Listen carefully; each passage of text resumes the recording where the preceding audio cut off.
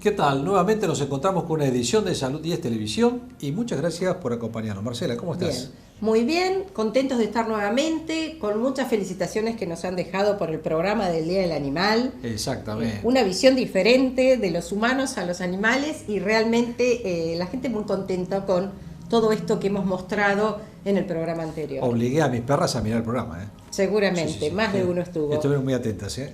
Bien. Bueno, y aparte saludamos que hace pocos días fue el Día del Trabajador, a todas aquellas personas realmente que dedican muchísimo tiempo al trabajo y que en este país necesitamos cada vez que haya más trabajo y menos desocupado para poder salir adelante como merece nuestra querida Argentina. Sí, ¿no? que nos había quedado por saludar en el programa anterior. Sí. Así que bueno, yo estuve con el doctor Adrián Decundo, endocrinólogo, con un tema que no nos vamos a cansar de tocar, que es el tema de tiroides. ¿Cuánta gente que hay con ese problema y cuántos nos han pedido que volvamos a recalcar? Y un dato muy importante, escuchen la nota porque habla de los peligros de las embarazadas que no son tratadas y que pueden llegar a tener problemas de tiroides. Con los problemas de tiroides. Así que nos habla del déficit de atención en niños debido a madres no tratadas con problemas de hipotiroidismo. Así que un tema muy importante para tenerlo en cuenta. Bueno, ustedes no sabían lo que es piezodentaria o pieza dentaria, ¿no? Es algo realmente que yo tampoco lo conocía. Invitamos a un odontólogo, el doctor Fabián Lingua, que nos va a explicar este nuevo método que nos va a empezar a dejar de lado el torno de a poco, que es algo que le tenemos tanta atención. Sí, la cirugía desde otro lado. Totalmente. Bien, mi tema de alimentación fue la alimentación de la no dieta. Bueno, saquemos el hacer dieta, el no dieta, que es lo que se promueve ahora. Y el doctor Hernán Comesíes habló de la vacunación del adulto. Sabemos que en esta época muchas personas nos tenemos que vacunar para evitar males mayores, sobre todo en la época de invierno, que pueden venir las neumonías, las gripes bastante nocivas y de otro tipo de vacunas que hay veces que no conocemos y que están en el plan de calendario nacional, ¿eh? Así que bueno, empezamos con el programa. Adelante.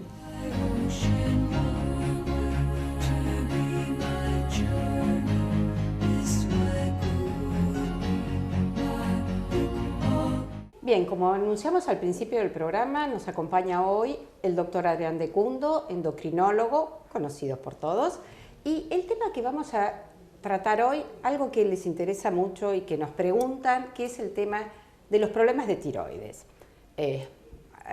Vamos a ir viendo cuál es la función de esta glándula y los trastornos o los problemas que muchas de las mujeres estamos con este problema y también saber qué problemas trae también relacionado la tiroides con la obesidad. Así que gracias, doctor, por estar con nosotros. Al contrario, y bueno, tema tan comprometedor en cuanto a la salud de muchos y de los azuleños principalmente, y de las mujeres. De las mujeres, sí, porque la prevalencia es de 8 a 1.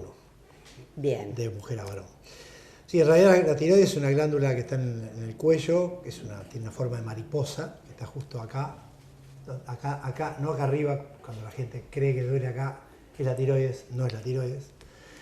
Y que en realidad es la hormona por excelencia que regula el consumo energético del organismo. O sea, es una glándula que interviene en el metabolismo de todo el organismo, no sobre un solo órgano, sino sobre todo el organismo, y por eso, cuando falla, la sintomatología es tan importante y tan variada. Lo cual, cuando uno plantea qué cosas produce la falla en la tiroides, la gente tiene casi todos los síntomas que uno dice que produce. ¿Sí? Y en realidad, cuando uno habla de la glándula, hay dos patologías prevalentes, o tres diríamos. Una es la función, que puede estar en menos, y eso es el hipotiroidismo, o una glándula que está produciendo mucha hormona, eso sería el hipertiroidismo, y las dos patologías son totalmente diferentes, totalmente diferentes. Y en tercer lugar, de prevalencia, sería la presencia de nódulos tiroideos, con todo lo que eso implica. En general, la consulta más común es de hipotiroidismo, que es cuando la glándula produce menos cantidad de hormona de lo que debe. Y a partir de ahí va produciendo síntomas acordes a ese déficit hormonal. Tiene mucho que ver con la función intelectual. Entonces, uno de los síntomas prevalentes que uno ve en los pacientes es todo lo que tenga que ver con la función intelectual, llámese la memoria, la atención, la capacidad de concentración, la asociación de las ideas, la percepción. O sea, todos los componentes básicos del intelecto están afectados en la tiroides para menos. Entonces es común que ese paciente esté cansado, que no se pueda concentrar, que se duerma. Que se olvida las cosas. Que se olvide, exactamente. O sea, toda esa área está comprometida. Obviamente depende del nivel de hipotiroidismo que tiene, va a ser el grado de sintomatología. Y si uno sigue bajando y dice, bueno, a nivel de la piel, bueno, produce piel seca, descamativa, se pueden caer el extremo de las pestañas y de las cejas, la caída del cabello. Puede producir una lengua seca, pastosa, que tenga dificultad para hablar, se queda sin saliva, se le secan los ojos. O sea, todo eso a nivel periférico. A nivel cardíaco, por ejemplo, produce bradicardia, o sea, la frecuencia cardíaca más baja, que eso hace, que eso no tiene síntomas en realidad, y se puede descubrir en un deportista, una cosa así. Produce constipación, porque el intestino está más lento, entonces el paciente tiene constipación, eso produce gases, distensión abdominal, trastornos digestivos. A nivel metabólico, al estar más lento el metabolismo, aumenta todos los perfiles metabólicos, fundamentalmente de las grasas. Entonces, un paciente hipotiroideo le aumenta el colesterol, a predominio del LDL o el colesterol de baja densidad malo, aumenta los triglicéridos, disminuye el metabolismo de la glucosa, se altera todo el metabolismo. Y a veces uno llega al diagnóstico a través de un paciente que tiene colesterol elevado, que no sabe por qué y no le baja con la tomastatina. Y empieza a preguntar y tiene toda esta sintomatología que no sabe por qué. Exacto. O sea, quizás a veces porque le echamos la culpa a que trabajamos mucho, a que andamos mucho, o que estoy comiendo mal y de pronto no se descubre. Si uno dice aumento de peso, cansancio, frío, constipación, trastorno de la memoria, y todos tienen eso. Todos tienen, exacto. Insomnio. No, insomnio es típico del hipertiroidismo. Del hipertiroidismo. O sea, en realidad el hipotiroidismo es como si uno tuviese un freno en su organismo, entonces está todo en menos. Entonces, por ejemplo, es importante, el hipotiroidismo, primero es importante, muy importante, cuando el hipotiroidismo se produce en el embarazo. Bien. ¿Por qué? Porque la hormona tiroidea es la responsable del desarrollo neurointelectual del embrión. Y el embrión, las primeras 24 semanas de embarazo, no tiene tiroides, el embrión y el feto, ¿no? No tiene tiroides, depende exclusivamente del aporte de hormona de la madre. Y si esa madre está hipotiroidea y intraútero, ese bebé, ese cerebro del feto no recibe la suficiente cantidad de hormona, hay un desarrollo del área neurointelectual que si no se desarrolla en ese momento, no se desarrolla más. Bien. Y eso hace que el bebé nazca normal, pero a los 6-7 años empieza a tener problemas típicos que tienen que ver con el área neurointelectual, como por ejemplo el DDA, el déficit de atención, trastornos de conducta, trastornos de aprendizaje. O sea, todos esos chicos que están yendo a los gabinetes psicopedagógicos pueden haber sido hijos de madres hipotiroideas no conocidas. No conocidas. ¿Y qué sería lo ideal? O sea, de pronto, frente a esta situación, muchos televidentes dirán, ¿y qué hago? Porque puedo estar en edad fértil, exacto, no sé si soy hipotiroidea o no, ¿y qué sería lo ideal? El diagnóstico o sea, la detección es muy fácil, o sea, es un análisis de sangre que se midiendo TSH, nada más que eso, con TSH, que es la hormona tiroestimulante del tiroides. Sabiendo el nivel de TSH uno puede saber si tiene algún problema de ese tipo. Y embarazada sería que en el primer control de embarazo incluyan la TSH como control habitual. Entonces uno llega rápido al diagnóstico, la trata y todo esto que estamos hablando desaparece. Bien. ¿Se cura? No, habitualmente no. No el hipotiroidismo, porque el hipotiroidismo a su vez tiene dos grandes orígenes. Uno se llama inmunomediado, o sea, mediado por anticuerpos, que es el más común, que se llama tiroiditis de Hashimoto. Esa es la más común, esa no se cura, tiene un componente genético y es muy común que la tenga toda la familia, la abuela, la mamá, la hija y la nieta. Esa no se cura, porque es autoinmune, el organismo produce anticuerpos contra uno mismo y eso es igual que la enfermedad celíaca o que la fiebre reumática o que el lupus, por ejemplo. Sí. O sea, todas las patologías autoinmunes son incurables. Pero el tratamiento anda muy bien, se tratan y andan muy bien. Hay otra variable que es la idiopática, que medicina, cuando no sabemos exactamente la etiología, es idiopática, que podría tener una, no cura, pero un mejoramiento y llegado el caso en algún momento dejar la medicación. Pero es bastante raro. En general, cuando empieza a fallar la tiroides, falla y no se recupera, excepto medicándola. Sí, hay mucha gente que consulta y, por ejemplo, yo lo veo en el consultorio y que dice, no, pero ahora dejé de tomar T4 porque hace mucho que no voy al médico. ¿Se debe dejar la medicación? No, no, la medicación, digamos... ¿O se puede? Claro, nosotros, por ejemplo, ¿qué es lo que se hace? O sea, supongamos, nosotros producimos diariamente 250 miligramos de T4, ¿sí? El organismo, normalmente. Entonces, cuando hay una falla de esa glándula, supongamos, produce 200. Entonces, los 50 que faltan se los damos afuera. Por esos 250 los consume diariamente. No hay acumulación de droga. Exacto. Yo utilizo esa cantidad por día y si al día siguiente no tomo, vuelvo a tener un déficit. Y así sucesivamente. Y, o sea, no se cura y no se debe suspender la medicación nunca, jamás. Nunca. Exacto. Sí, el control médico decidirá la dosis. Sí, si la tenga que aumentar o no, o compensar. Pero, digamos, si usted la suspende, lo único que hace es afectar más su organismo. Y en general, cuando se el efecto rebote hace que la glándula sufra más y después tenga que tomar más dosis de la que estaba tomando. Bien. Esta pregunta que lo planteamos al principio, que llegan al consultorio y dicen, estoy gorda porque debo tener tiroides. Sí.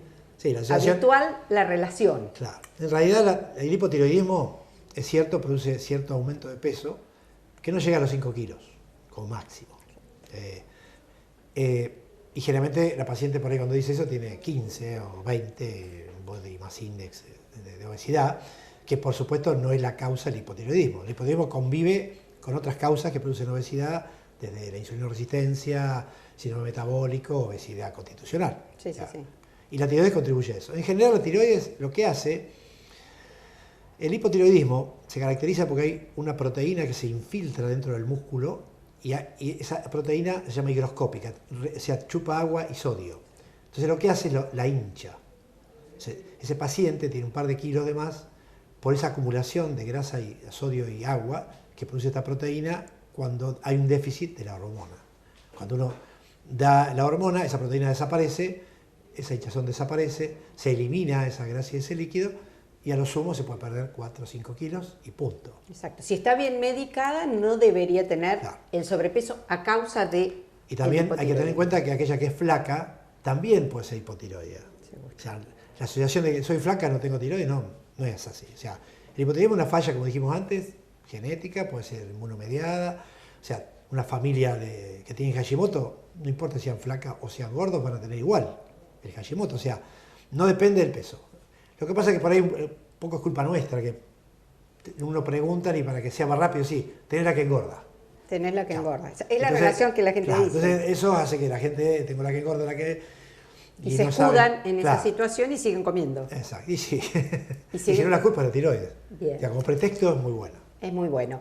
Otro de los temas que usted trataba para ir redondeando, esto de los nódulos o el cáncer de tiroides. Exacto. O sea, yendo lo más Claro, sí, menos realidad, habitual, pero sí existente. Sí, ¿no? en realidad esto, los nódulos en tiroides son muy comunes, muy comunes. El 25% de la población tiene nódulos. Por encima de los 65 años llega al 40%. Pero, gracias a Dios, la malignidad es muy baja. No llega al 10% de los nódulos. O sea, de cada 10 nódulos, uno puede ser maligno. Y en realidad es una patología prevalente en áreas ricas en yodo. Porque por Argentina es un área pobre en yodo. Pero en el año 62 hubo una ley que se iodinizó la sal. Exacto. Y también se iodinizó alimentos animales, etc. Entonces nosotros pasamos a ser ahora un área rica en yodo, que nos impide tener los grandes bocios que había antes, pero aparece más prevalente el cáncer de tiroides en las zonas ricas en yodo. En realidad la aparición de nódulos es muy común, entonces uno tiene que tener ciertos criterios para el abordaje de ese nódulo. En realidad el nódulo, hoy día con la ecografía, uno tiene muy fácil diagnóstico y se empieza a tomar medidas de abordaje del nódulo, llámese una punción, etcétera, cuando el nódulo mide 1 centímetro o más. Por debajo de ese tamaño, generalmente la conducta es expectante. Controlar y esperar. Controlar y esperar. Si el nódulo mide 10, ¿es el único criterio? No. Es un criterio importante, como un umbral de punción se llama. O sea, a partir de 10 en adelante se punza. Pero hoy la ecografía nos da un par de datos, que son, primero, la presencia o no de microcalcificaciones, como la mama. Si un nódulo mide 10 o un poquito menos, pero tiene microcalcificaciones internas, es un nódulo sospechoso y ese se punza. Y otro elemento que da un muy buen aporte es el ecodoppler. El Doppler nos permite evaluar la vascularización del nódulo. Cuando el nódulo más vascularizado está, más sospechoso de malignidad tiene. Entonces, hoy día es de buena práctica pedir una ecografía con Doppler para evaluar las características vasculares de ese nódulo. ¿Es el ecodoppler de cuello o principalmente del nódulo? O sea, generalmente en la primera consulta usted no sabe qué tiene, entonces Exacto. pide. Hay un nódulo en la ecografía, en el próximo control pide ecografía con Doppler del nódulo. Y eso nos da un dato muy importante, inclusive de seguimiento. ¿Se puede vivir sin la glándula tiroides? Sí, por supuesto. Se reemplaza con levotiroxina a la dosis que corresponde a cada paciente. Por eso la cirugía en manos expertas es una cirugía a veces recomendable en pacientes que tienen un nódulo sospechoso, en pacientes que tienen bocios muy grandes o que tienen patologías que justifiquen la cirugía. Que justifique la cirugía. Sí. Bien, el tema es muy importante, muy interesante. Seguiremos seguramente charlando en alguna otra oportunidad, por el cual agradecemos mucho, doctor Decundo, que haya estado con nosotros en Salud 10 y bueno, seguimos con el programa.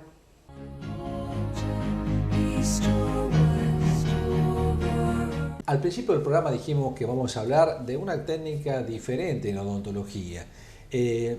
Yo realmente no la había sentido nombrar y hemos invitado al odontólogo Fabián Lingua, que le agradecemos que está hoy con nosotros en Salud 10, y él nos va a hablar un poco de qué es la piezocirugía. Piezocirugía. Realmente me sorprendiste cuando me dijiste que ibas a hablar de este tema, Fabián. Gracias por estar con nosotros. El agradecido soy yo, primero que nada. No, por favor. Bueno, contame ahora de qué se trata. Bueno, la piezocirugía en realidad es un elemento en el cual, es un aparatito, mejor dicho, que genera micromovimientos de manera ultrasónica, en el cual va generando pequeños cortes a nivel óseo.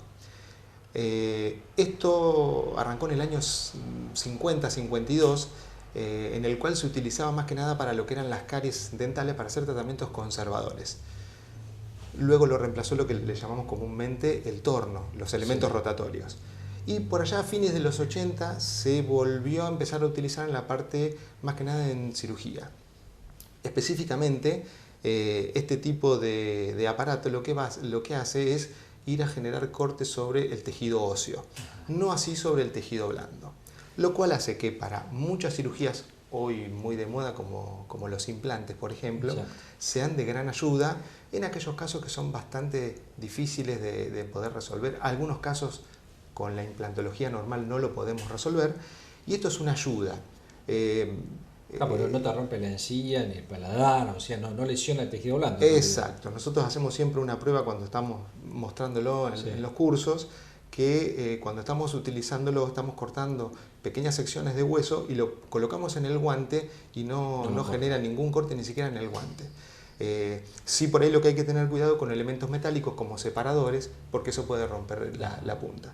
Este tipo de aparato es utilizado inclusive en otras especialidades, te lo comentaba recién, por ejemplo en la parte neurológica, se trabaja para calota más que nada, para abrir, y como tiene predecibilidad sobre la parte ósea y no sobre los tejidos blandos, los tratamientos son bastante buenos para poder abordar en este caso a la cabeza, digamos. Y me decías también piezas de biopsia, por ejemplo, de cristalía, que eso también se puede utilizar. También se puede utilizar más que nada cuando nosotros hacemos reemplazo en implantología, en el cual sacamos un taco de hueso, o también más que nada la cresta ilíaca, ya cuando hay una gran falta ósea, mandibular o maxilar, y se necesita algo más grande. Ahí vamos a reponer desde la parte más que nada traumatológica, ¿no?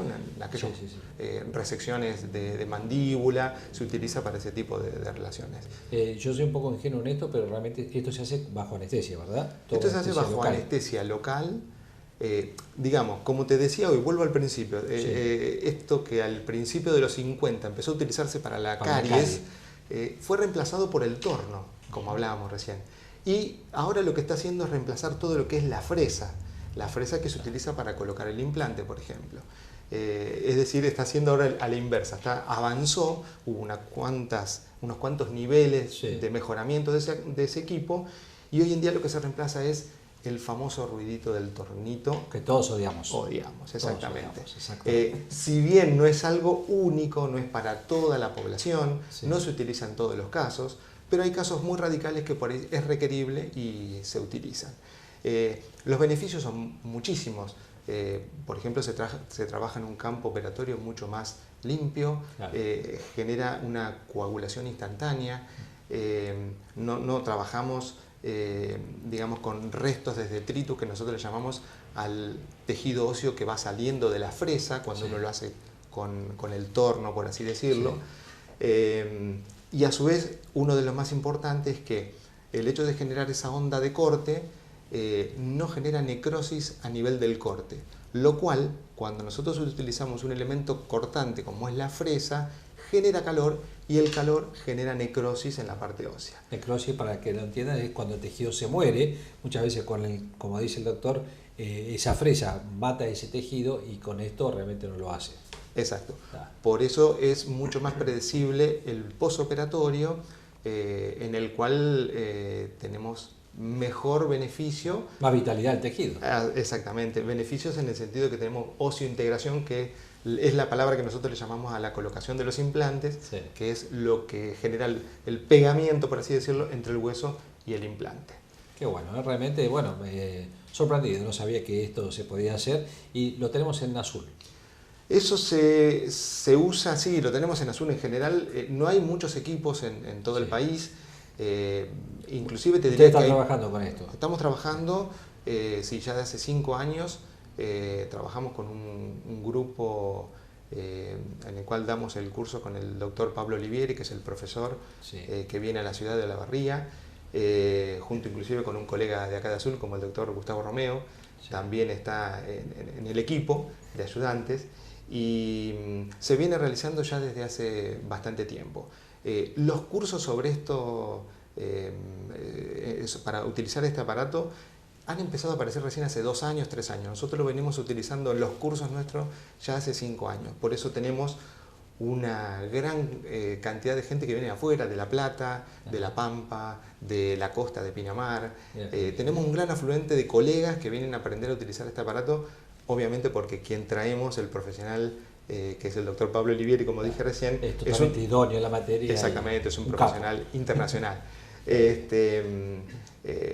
Obviamente esto viene de la mano del Colegio de Odontólogos del Distrito 8, que está con sede acá en Azul, que es quien organiza la parte del curso. Fundamentalmente, entonces, específicamente, casi se usa para la implantología, ¿no? En estos casos se utiliza, como te decía, te puedo hablar mucho de la parte implantológica, también tenemos en la parte traumatológica. Pero deja para otro día eso, te tomo la... Vamos a hacer algunas muestritas como van a aparecer. Inclusive también se utiliza en ortodoncia, ya no es mi terreno, pero hablo desde la parte de libros, en el cual se generan pequeñas ranuritas para que los movimientos de los dientes sean un poquitito más rápido, tal vez. Entre los microimplantes que se utilizan en la ortodoncia y esto se genera un mejoramiento del tiempo de trabajo. Ya hemos hablado con el doctor Barbieri sobre ortodoncia y ya lo vamos a agarrar nuevamente. A veces se me escapa. Él es un excelente especialista. Sí. Bueno, Fabián, yo te agradezco mucho. Realmente me ha sacado de un tema que no lo conocía y bueno, esperemos que tengamos menos miedo. Se han dejado bastante los postizos, ahora tenemos la implantología y esto que no sentir el ruidito del torno muchas veces para nosotros es un alivio, ¿no? Mirá, te doy una pequeña información más. Últimamente se está estudiando porque se está tratando de hacer íntegramente la colocación del implante con este tipo de aparatos. Hasta ahora hay una técnica combinada que se utiliza una fresa y el resto todo con el aparato. pero se está en estudio para tratar de hacerlo todo con este tipo de equipamiento. Todo esto es a nivel mundial, ¿no? El avance. Exactamente. Y a veces, bueno, las traducciones tienen su tiempo y no siempre estamos con la última información porque no estamos al tanto con las traducciones. Pero yo creo que esto es el inicio de algo que para aquellos que le temen al ruido del entorno va a ser y aparte muy la bueno. tecnología de la implantología hoy por hoy ha renovado la odontología totalmente, ¿no? Exactamente, exactamente. Fabián Lingua nos explicó un poquito qué es la piezocirugía y bueno, realmente es un avance muy importante que también, como siempre lo decimos, está en nuestro medio. Muchas gracias. Gracias a vos.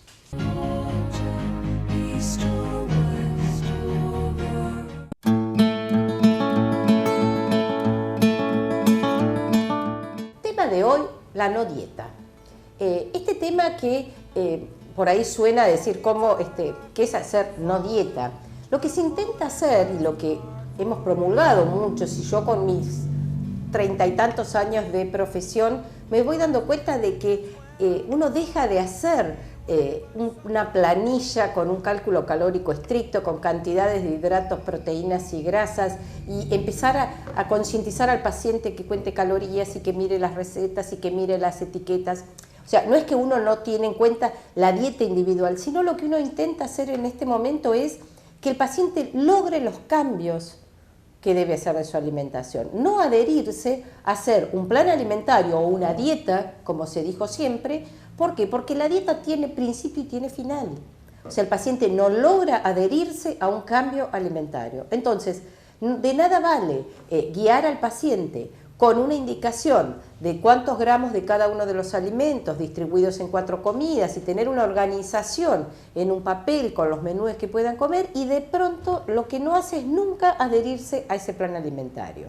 Entonces, ¿qué se promulga hoy? El trabajo de la no dieta. La han escuchado seguramente a la doctora Mónica Katz, que ha escrito un libro de la importancia de no dieta. ¿Qué es lo que uno intenta? Cambiar el hábito, organizar las compras, organizar el menú de lo que uno va a comer, no llegar a improvisar con hambre, no llegar al mediodía y decir no sé qué comer, porque tampoco tengo las compras hechas. Entonces, organizar el menú, organizar las compras, comprar justo, no comprar de más para tener, que implica que el volumen de pronto puede llegar a estar descontrolado frente a algún ataque de hambre. No comprar los alimentos que no debo consumir. Por las dudas no sirve. Seguramente en cuanto tenga un ataque de hambre o tenga alguna situación que me modifique mi hábito, va a hacer que recurra a ese alimento que ya está comprado. O sea, justifico es para que lo compré. Si de pronto el consumo de cualquier menú es comer una porción cada uno y yo cocino 6 porciones y somos 4, seguramente esas 2 porciones van a ser consumidas por alguien. Si yo quiero evitar consumir de más, lo que tengo que hacer es cocinar justo, comprar justo, tener una buena actividad, programar dentro del día lo que es la actividad física, laboral. Cómo voy a mi trabajo, si voy en auto porque estoy muy alejada del lugar de trabajo, dejo el auto en la mitad de camino, trato de no utilizar tanto el teléfono y hacer esto de subo, bajo escaleras o me comunico personalmente con las personas. La hidratación es importante, considerar que debo tomar líquido, agua principalmente, durante todo el día. Mucha gente dice, yo tomo todo el día, sí, pero de pronto esa cantidad que consume habitualmente no es lo que le está rindiendo, entonces debemos aumentar. ¿Cómo hacemos la medición? Por lo menos tratar de distribuir una botellita de agua con agua de la canilla, no es necesario que sea agua mineral, mientras que sea agua potable, los 500 centímetros cúbicos en la mañana y otra botellita de 500 centímetros cúbicos en la tarde, además de todo lo que yo creo que consumo.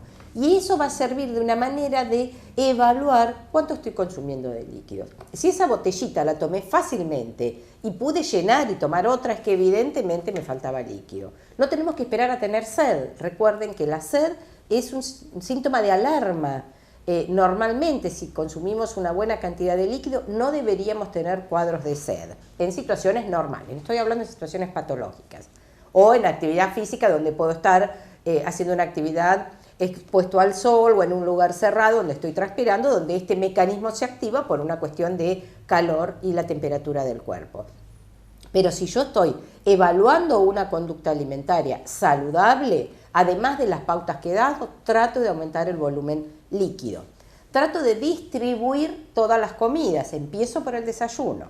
Recuerden que no comer no activa el metabolismo y si no activo el metabolismo no gasto calorías. Por lo tanto, el empezar desayunando, lo que hago es romper ese ayuno que tuve durante las horas de sueño, que el cuerpo siguió viviendo, seguimos respirando y metabólicamente hay lo que se llama el metabolismo basal, que es en situación de reposo. Esas calorías están ya implícitas cuando uno hace un cálculo calórico. Lo que tengo que tratar de hacer es desayunar para poner en funcionamiento mi máquina que va a gastar calorías. Cuanto más veces coma, más voy a quemar calorías, voy a activar este metabolismo. Y por supuesto, tengo que hacer una buena actividad física diaria o en su defecto hasta día por medio, 20-30 minutos, aquello que sea adaptado a lo que me gusta hacer, adaptado a lo que puedo hacer y nada que sea demasiado traumático. Los extremos no sirven cuando uno quiere una alimentación saludable. Por lo tanto, estas pautas ténganlo en cuenta y dejemos de hablar de hacer dieta.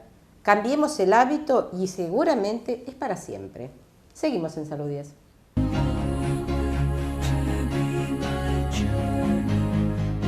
Se nos llega la época invernal, estamos muy cerca, y empieza la época de vacunas. Y siempre hemos hablado muchas veces con los pediatras de la vacunación que tienen que realizar los chicos, pero pocas veces se habla de la vacunación que se debe llevar a cabo en los adultos. Hemos invitado al doctor Hernán Comesíes, que en otra oportunidad les hemos tenido en el programa. Y Hernán, gracias nuevamente por estar con nosotros en Salud 10. No, gracias a ustedes. Y bueno, te queremos preguntar un poco de la vacunación del adulto, ¿no? Que es algo que muchas veces se pasa desapercibido, ¿no? Sí, es un tema importante porque, o sea, en los primeros años de la vida, con el tema de la escuela, o sea, los chicos tienen la obligación de vacunarse, porque generalmente se los exigen de muchos lugares. Y en el adulto pasa que después de los 40 años es difícil que la gente se acuerde, por ejemplo, en el tema de la antitetánica, que es un refuerzo cada 10 años, es difícil encontrar un esquema que no haya tener que empezar de cero. En realidad que alguien cada 10 años, cuando pasa de década, se vaya vacunando. Sí. Y en esto que es la vacuna del adulto, que después de los 60 años, es importantísimo, no solamente la vacuna antitetánica, sino hay otras vacunas también que tienen indicación. Pero la antitetánica, en realidad, por las actividades que hacen la persona o el adulto mayor, que muchas veces al tener tiempo libre se dedican a hacer trabajos o en el jardín o trabajos manuales y están expuestos para poder tener contacto contagiar, en realidad agarrarse un tétanos, entonces tienen que estar prevenidos con la vacuna que sería la doble adulto. Esa vacuna se da cada 10 años y evita difteria y también la antitetánica.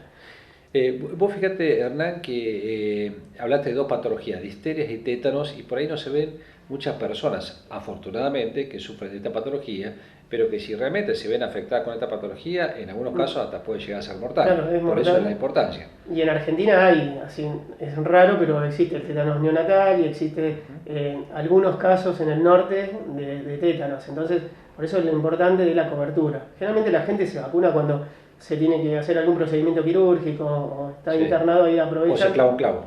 Claro, llegan, pero en realidad no es lo ideal que cuando uno está expuesto a un accidente que se vacunen. Sí. O sea, eso lo importante es cada 10 años acordarse. Yo les digo que siempre se vacunen cuando van cambiando de década, entonces es más fácil de acordarse en los 50, 60. Esa es una de las vacunas. Después existe, después de los 65, que se tienen que vacunar contra el neumococo, que se puede dar una sola dosis y en algunos pacientes tienen indicación, según la patología, de vacunarse cada 5 años. Esa del neumococo, generalmente se deben vacunar todas las personas mayores de 65 o aquellas que tienen algún riesgo en especial. La indicación es mayores de 65 a todos. A todos. Y después, cada 5 años, se tienen que vacunar personas que tienen patologías cardiovasculares o EPOC, o sea, respiratorias, sí. Pacientes inmunodeprimidos. O también se podrían dar el refuerzo cada 5 años, pero teniendo una sola dosis ya están, o sea, se previene contra la muerte por neumonía. O sea, uno puede contagiarse una neumonía, pero por lo menos, o sea, que no sea una neumonía grave y que ocasione la muerte. Bueno, está bien. Te voy a preguntar de algunas vacunas en especial, Hernán. Casualmente el otro día vino un paciente que tiene hecho una esplenectomía. Esplenectomía es aquellos pacientes que le han sacado el vaso, ya sea por un traumatismo, por alguna enfermedad, y que se deben proteger, al no tener la defensa, se deben proteger. Existe una vacuna para esas personas, ¿verdad? En realidad, claro, se tienen que vacunar después de la esplenectomía, salen con una indicación que es contra el neumococo o el meningococo también, que generalmente la persona que tiene un accidente o que por alguna enfermedad necesitan que le saquen el vaso, esas vacunas vienen con una indicación del médico y generalmente no es que el paciente solo espontáneamente va a vacunarse, sino que lo indica el profesional, generalmente el médico que lo opera. Otro tema, Hernán, herpes, y hay una herpes zóster. Explica un poquito qué es a la gente. El herpes zóster o culebrilla, que es el mismo virus que la varicela y provoca cuando a uno se le bajan las defensas, es una erupción en una parte del cuerpo. Generalmente eso afecta a toda una raíz nerviosa, por eso generalmente siempre es en un solo lado. Antes, como es muy frecuente que afecte en los nervios intercostales, era que parecía como una culebra, por eso le dicen la culebrilla. Además provoca un ardor muy intenso, con dolor. Y prolongado aparte. Claro, hace unos años comenzó la vacuna contra el herpes zóster, que todavía no está en el calendario nacional de vacunación, pero o sea, la gente puede tener acceso a comprar la vacuna.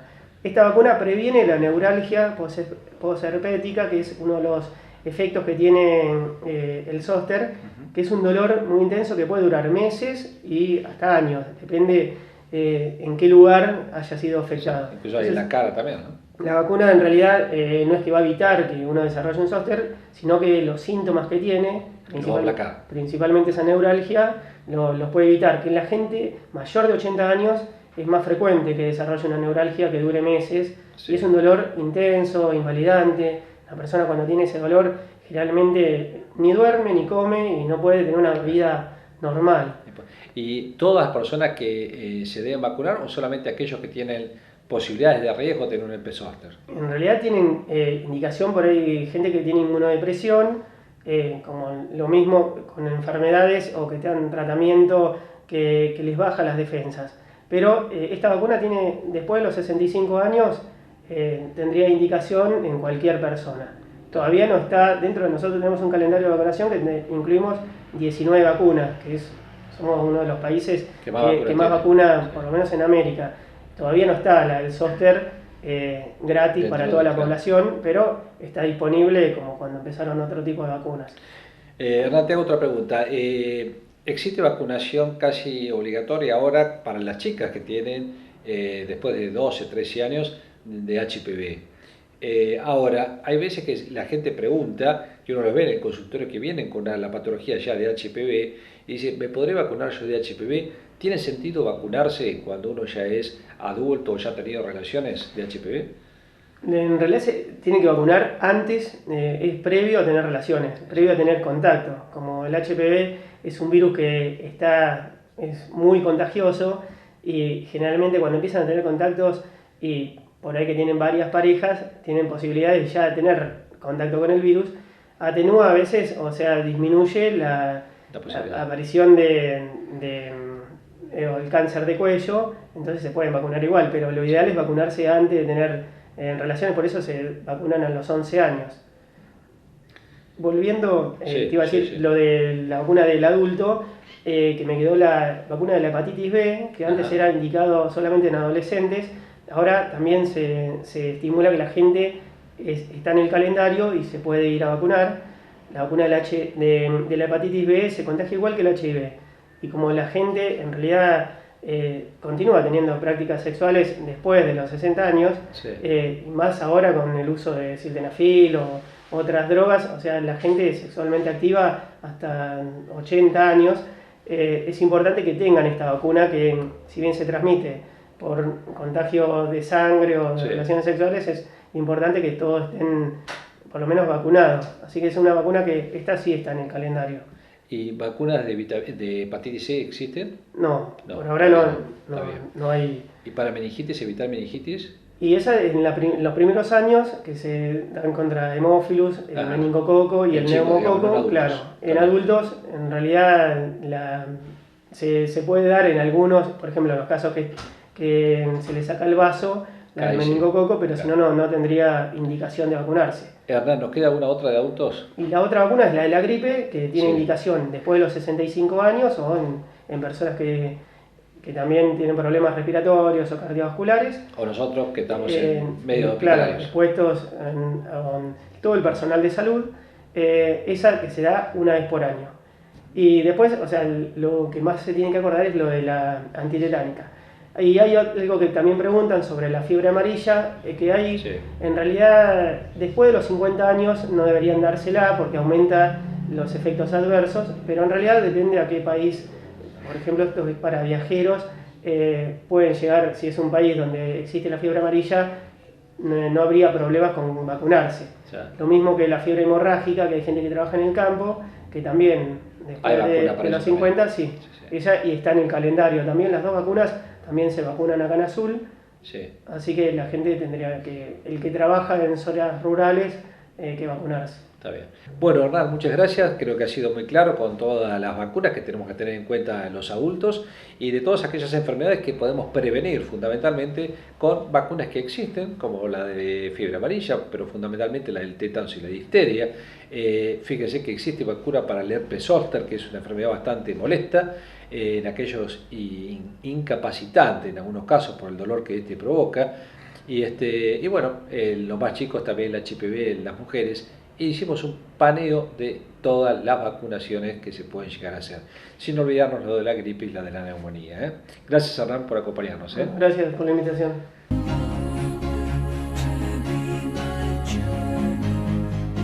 Bien, el programa es realmente muy interesante, la nota con el doctor Decundo. Tiroides. Tiroides. Desde las flores a azul, nos Exacto. explicó muy bien. Hablando esto de si tengo tiroides, no tengo tiroides, esto que a veces la gente utiliza de mala manera, o sea, todos tenemos Todos tiroides. tenemos tiroides, exactamente. Exacto, la obesidad y la tiroides. Y lo más importante, esto que decíamos al principio, las embarazadas con los controles previos. Saber si soy hipotiroidea o hipertiroidea antes de prever un embarazo. Un embarazo, muy interesante. Dato muy importante. Y realmente importante porque, bueno, para que el día de mañana los chicos no tengan problemas Esto que con nos su decía crecimiento, del ¿no? déficit de atención en chicos Totalmente. de 6-7 años que se puede prevenir y la patología no se puede cambiar. O sea, estamos haciendo prevención. Con un simple análisis realmente uno puede determinar si tiene problemas de tiroides o no. Exactamente. Hablamos con el doctor Hernán Comesier, que nos explicó un poco de todo lo que es vacunación del adulto, sobre todo en esta época invernal que se nos está viniendo. Usted, Sí. Marcela, habló algo Esto muy de interesante, la no dieta. dieta, ¿no? Claro, esto que hemos dejado de hacer relación a esas dietas estructuradas y lo que promulgamos es el cambio alimentario. La dieta tiene fecha de vencimiento, Bueno. principio y final. Piezocirugía, escuchó lo que es la Piezocirugía. piezocirugía. ¿Qué métodos nuevos se están implementando para colocar los implantes dentales? Y el doctor Fabián Lingua nos explicó muy bien de todo esto que realmente para mí fue muy novedoso y que bueno, se está haciendo ya en nuestro medio, ¿no? Así Y que facilitar la consulta al odontólogo. y con cada vez menos miedo, ¿no? Con menos miedo porque tenemos mayores beneficios en no dolor, no aparatología muy ruidosa y muy traumática de ver o de escuchar. Lo de escuchar a veces. Quizás no duele, pero ya el da sonido miedo, es como da que- miedo. Así que bueno, buen programa. En 7 días nos volvemos a encontrar con ustedes y por favor no falten a la cita los lunes a las 21 horas. Nos vemos, gracias.